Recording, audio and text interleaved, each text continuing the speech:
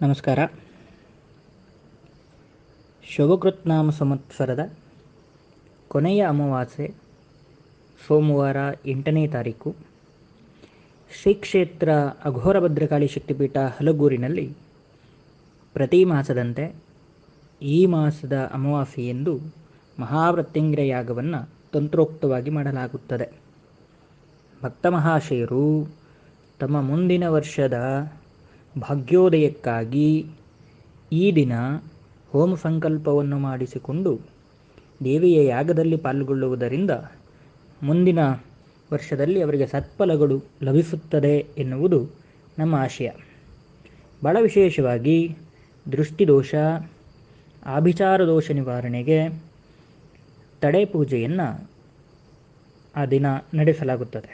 ಅವಶ್ಯವಿದ್ದವರು ಬಂದು ಇದರ ಸದ್ವಿನಿಯೋಗವನ್ನು